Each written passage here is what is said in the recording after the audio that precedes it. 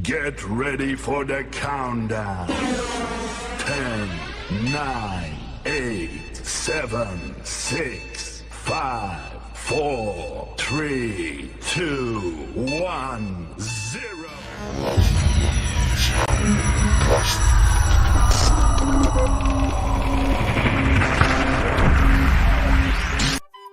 Bismillahirrahmanirrahim. Assalamualaikum warahmatullahi wabarakatuh. Alhamdulillahirrabbilalamin. Wabihi nasta'inu ala umuri dunya waddin. Mudah-mudahan di masa pandemi seperti ini kita semua senantiasa diberikan kesehatan oleh Allah Subhanahu wa taala. Amin ya rabbal alamin.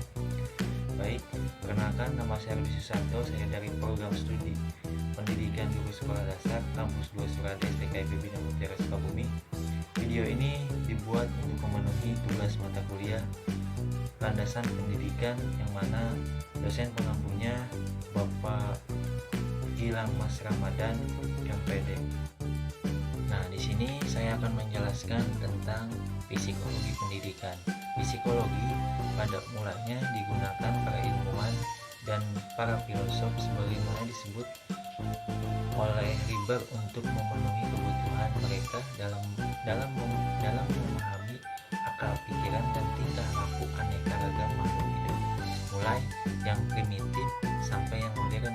Namun ternyata itu tidak cocok lantaran menurut para ilmuwan dan filosof, psikologi memiliki batasan-batasan tertentu yang berada di luar kaidah keilmuan dan etika falsafi.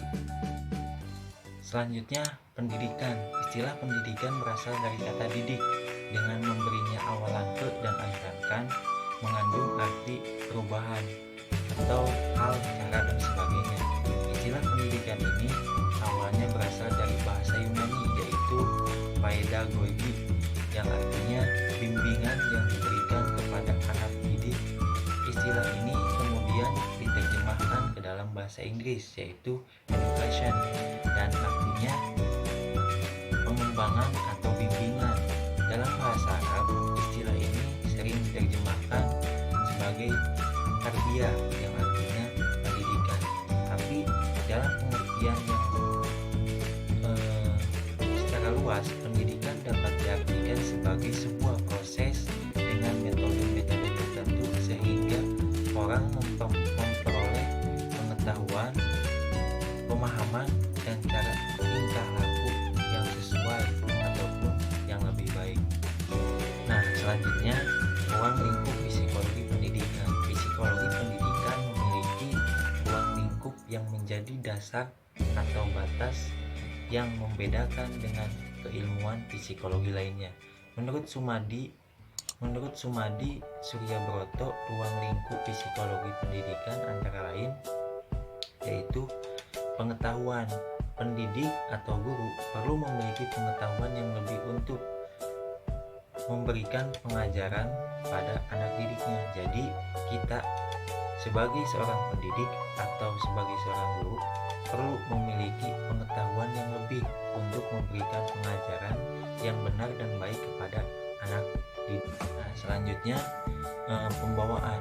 Proses pembelajaran yang interaktif dari guru akan memberikan motivasi dan respon positif dari anak didik serta proses belajar mengajar.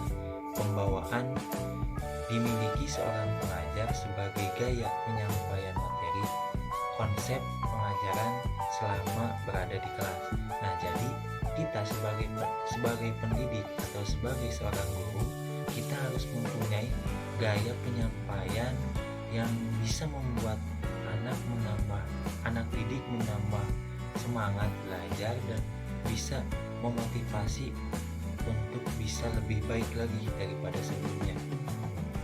Dan selanjutnya, proses-proses tingkah laku. Menurut Suryabroto, psikologi pendidikan ditinjau secara dinamis, yakni mencakup perubahan perilaku seperti perubahan perilaku karena pertumbuhan dan perkembangan. Jadi kita sebagai pendidik, kita harus memperhatikan perilaku, perkembangan ataupun pertumbuhan peserta didik kita. Apakah perilakunya menjadi orang yang lebih baik ataupun semakin bertumbuhnya atau berkembangnya anak didik kita perilakunya semakin buruk atau gimana. Jadi kita sebagai peserta didik, sebagai pendidik, kita harus mengetahui buruk dan baiknya peserta didik kita. Nah, jadi kesimpulannya adalah psikologi pendidikan merupakan ilmu pengetahuan yang berbicara tentang tingkah laku manusia dalam proses belajar mengajar, dan ia memiliki hubungan erat dengan ilmu mengajar, di mana dalam proses mengajar, para pendidik dituntut untuk memiliki pengetahuan yang memadai tentang materi yang akan diajarkan kepada peserta didik, dan juga harus menguasai berbagai metode dalam menyampaikan apa yang disampaikan dapat dimengerti dan mudah dipahami oleh anak didik kita. Jadi penguasaan terhadap ilmu jiwa pendidikan atau psikologi pendidikan merupakan ilmu tuntutan bagi para pendidik atau guru.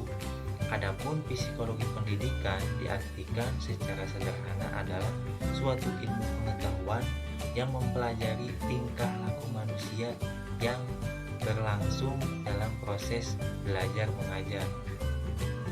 Sedangkan mengajar diartikan sebagai suatu aktivitas mengordinasi atau mengatur tingkah laku sebaik-baiknya dan menghubungkan dengan anak-anak sehingga mungkin itu penjelasan dari saya ataupun presentasi tentang psikologi pendidikan yang sudah saya sampaikan.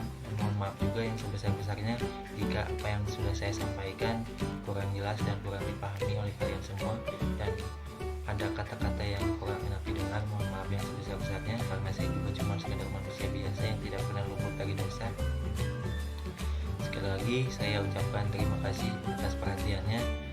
Mudah-mudahan apa yang saya sampaikan bisa bermanfaat untuk kalian semua. Kurang lebihnya mohon maaf. Assalamualaikum warahmatullahi wabarakatuh.